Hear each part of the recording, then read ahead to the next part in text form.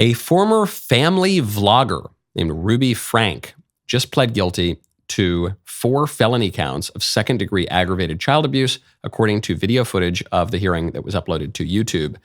I don't follow family vloggers. I don't really follow vloggers of any sort, but this is a Utah mother of 6, and she has 2.3 million YouTube followers. That's a big YouTube channel, and had a family channel called 8 Passengers.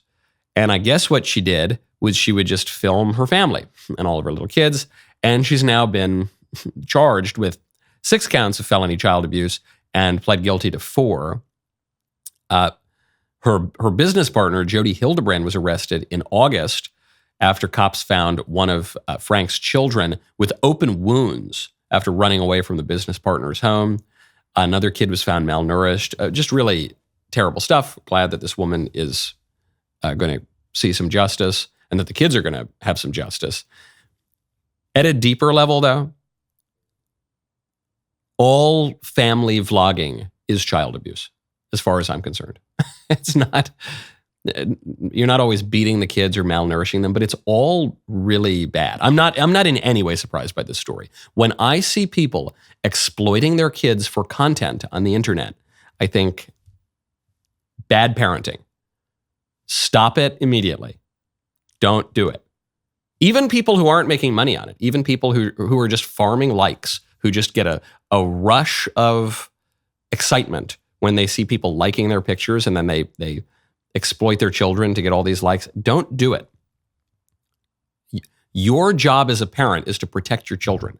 And part of protecting your children means not uploading 10,000 pictures of them to the internet where a bunch of who knows who are going to look at them, are going to watch them. It's going to expose them to some degree of notoriety and fame. It might make them look foolish. You might be deriving your clicks out of mocking them or exploiting your anxieties and your frustration with your children. And it's just bad. What good can possibly come of that?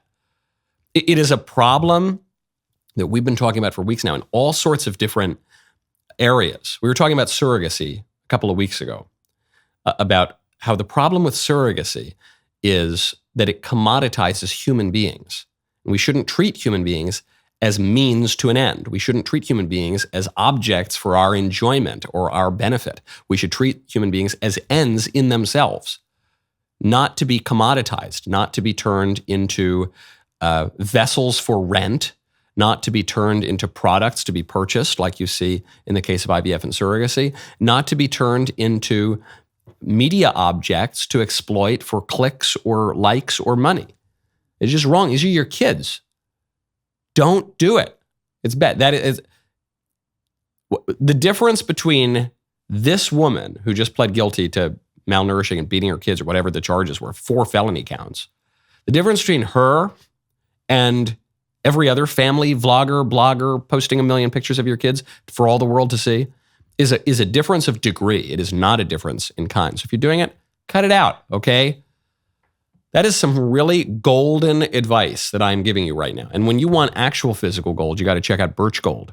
Right now, text Knowles to 989898. This Christmas season, you can diversify your savings into physical precious metals while stockpiling free silver in your home safe. Do not miss out on Birch Gold Group's most popular special of the year. Now through December 22nd, for every $5,000 you spend with Birch Gold, they will send you a 1-ounce silver eagle coin for free. Text Knowles, KNWLES, to 989898 to claim your eligibility now. You can purchase gold and silver and have it shipped directly to your home, or have Birch Gold's precious metal specialists help you convert an existing IRA or 401k into a tax-sheltered IRA in gold for no money out of pocket. And they will send you free silver for every $5,000 you purchase. Keep it for yourself or give something with real value as a stocking stuffer this year. That's a very good stocking stuffer. Just text keyword Knowles to 989898 to claim your eligibility. With an A+ rating with the Better Business Bureau, thousands of happy customers, now is the best time to buy gold from Birch Gold. Text Knowles, KNWLES, to 989898. Claim your eligibility for free silver on qualifying purchases before December 22nd. That is Knowles, KNWLES, to 989898. Speaking of courts, you know Sandra Day O'Connor died? Do you know this? This was, I guess, while I was away, when I was pursuing my dream of becoming a professional sitar player in India. If only I had brought my sitar, it would have worked out. I think it was while I was away. Maybe it was right before I left. But in any case, no one has talked about it.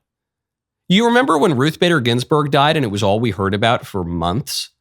Well, we heard about it before she died. Everyone was waiting for her to die, preparing all of the eulogies and the parades and the biopics and the everything.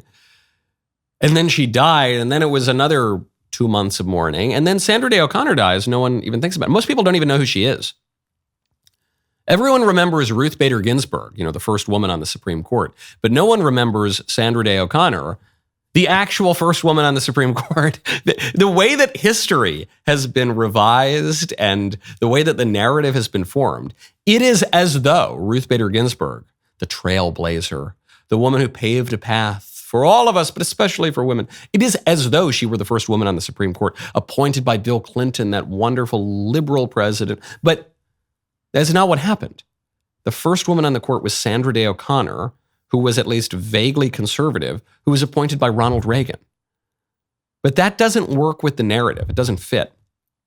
I'm not even the biggest fan of Sandra Day O'Connor's jurisprudence, but it seems rather unfair that she's written out of history. But of course, she was going to be written out of the story.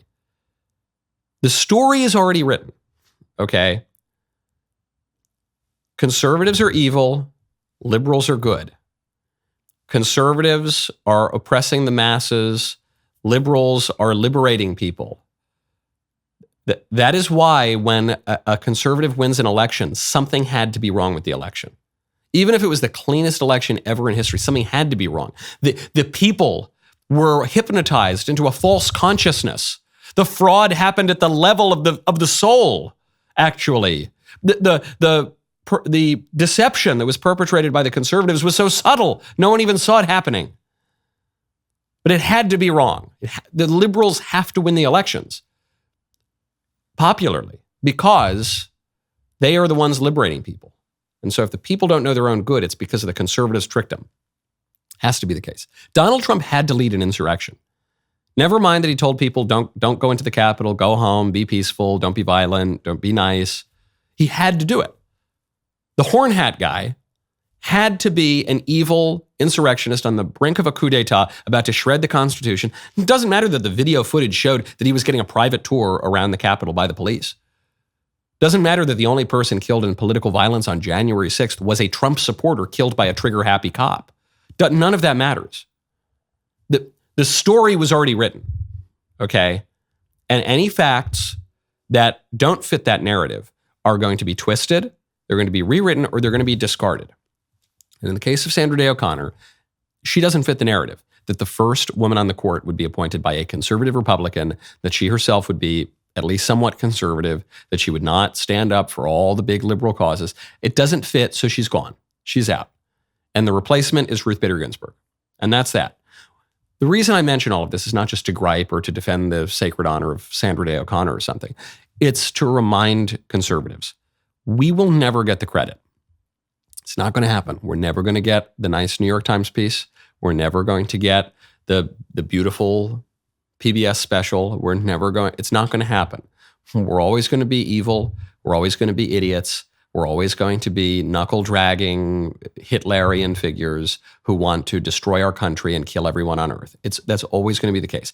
In fact, if the libs are giving you the nice New York Times article, they are giving you the PBS special, they are giving you the big parades, then you're probably doing something wrong. If you are receiving the plaudits and the honors of this world and the principalities and powers and spiritual wickedness in high places that govern this world, you're probably doing something wrong. That should worry you. That should worry you a hell of a lot more than being discarded or being lied about or being slandered or being libeled. Okay? It's a great honor that no one is paying attention to Sandra Day O'Connor's death.